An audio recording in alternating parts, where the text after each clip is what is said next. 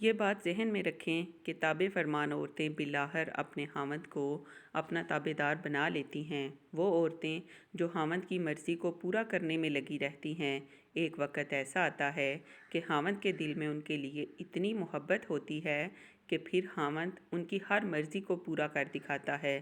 فرما برداری اور خدمت گزاری وہ اچھی صفات ہیں کہ جس کی وجہ سے عورت اپنے خاوند کے دل کی ملکہ بن سکتی ہے۔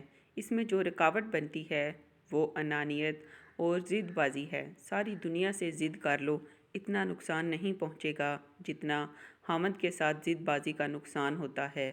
اور کئی بچیاں تو خاوند ہی کے ساتھ ضد کرتی ہیں، باقی سارے لوگوں کے ساتھ نارمل رہتی ہیں، بس خاوند کے ساتھ ہی ضد کرتی ہیں۔